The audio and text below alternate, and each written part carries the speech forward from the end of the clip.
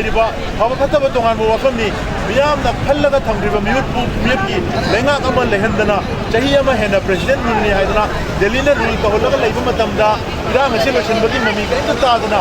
सुमाइना सुम चथरगा लेबसिना अथुबदा मियामगी डेमोक्रेटिक राइट हंजल हंगदबनी मियामनी पॉपुलर इलेक्टेड गवर्नमेंट से रिइंस्टेट तोगदबनी हंजल हनल सेमनगदबनी मियामगी डेमोक्रेटिक राइट से मत पे यारोय हाइबा वफम मसिगा लोनना मसिगी खौंजल असिना इंडिया गो मिनु खमदा हाइबा वफम सिमसे युमफम ओइरगा चप चाबा को मियामगी फिरेबदो लाउथोकनी asi kokomina sinjariba manipur kan bai ba khungsa asida bazar miyam da ngasi saliba khungsa asigi matang da ngasi smain tawdana koi kokomi gi mokok thong masing na sinbi reiba duga sinbedi kokomi na sinbai khaktani dobu responsibility di manipur da leiriba koi kanglup furup nai tana loina maksina akoi responsibility lopham thokpa khongchat ne na lawe ado yam nungai jabse object organization ki background group की background नाई दना उजे कि चल now मयाम लागा उजे कोई इदम ग्राउंड से तुम थन बा होरे मशीन दुम ताकली मणिपुर की इंटीग्रिटी दी कैदौ नुंगदा any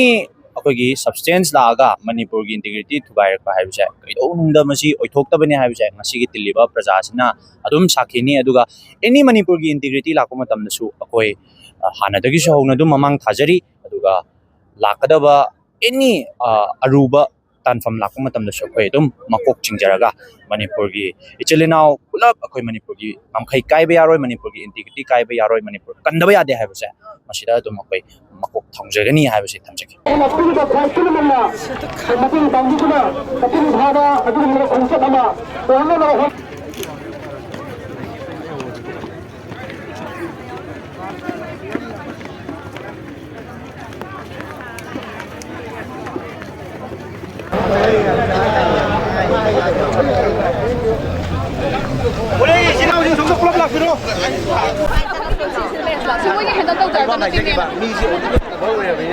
aina lejari se hadak yam chauna manipur da mai pakna pangthokhiba mela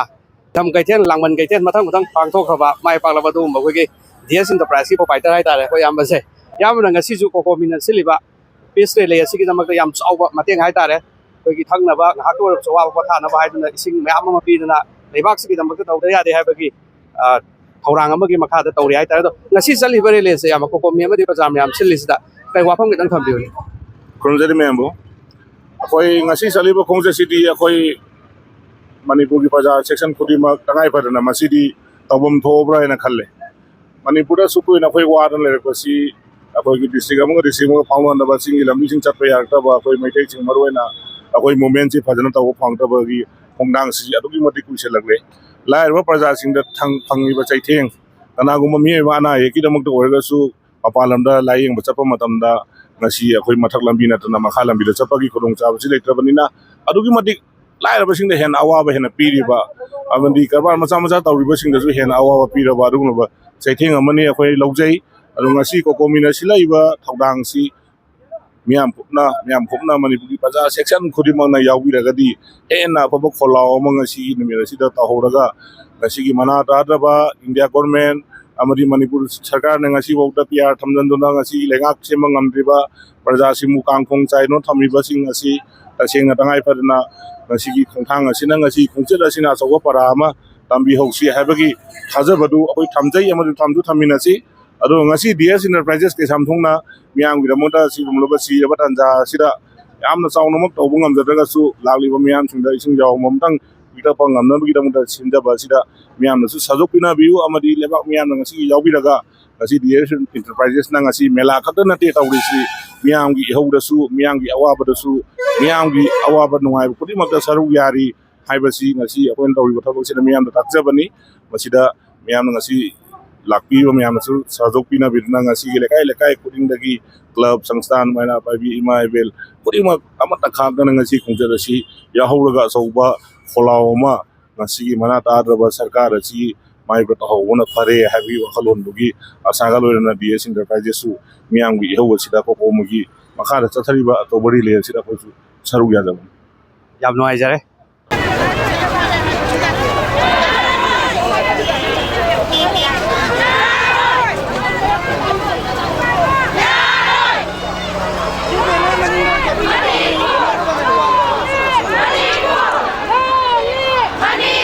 India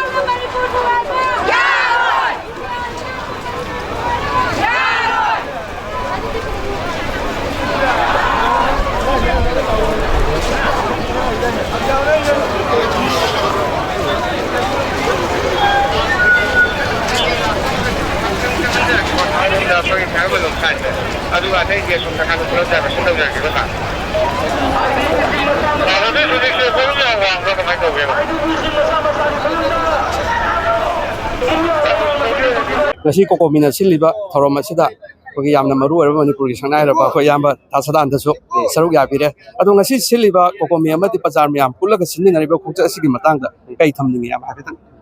masi tangai phadana tohum thokpani aduga koi sigum base yam utpa changi aduga ekoi amata oina ko apunba wakhalon manaba aduga wakhalon manana chatna ba honabada ima leibak ki damaktani na wahan thok ama yauri se masi puna makna khangbiyu aduga ekoi phajagraba aduga ing tapna leiramba leiba ama ko yam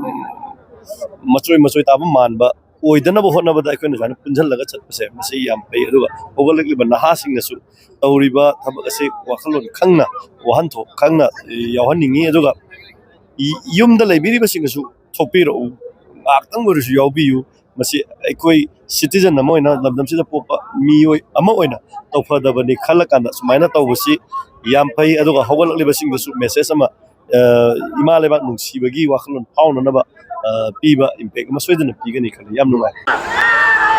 india rana chinkugi na khote wi sobatba india rana mani buduga india rana mani buduga mani bhari apun lagi masala ma diyo koi kaama mani bhari apun lagi masala ma diyo koi kaama niya milega mani bhumi ami politics ki ha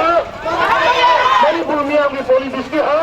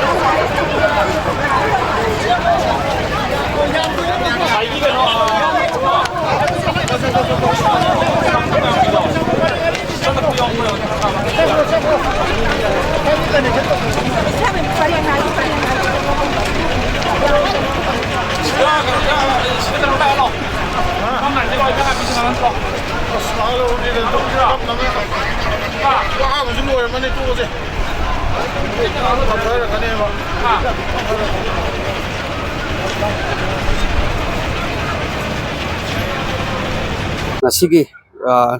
manipur gi yamna mapung oi maru oi ba peace rally hai tare manipur kanaba gi damakta bang thoi rally asida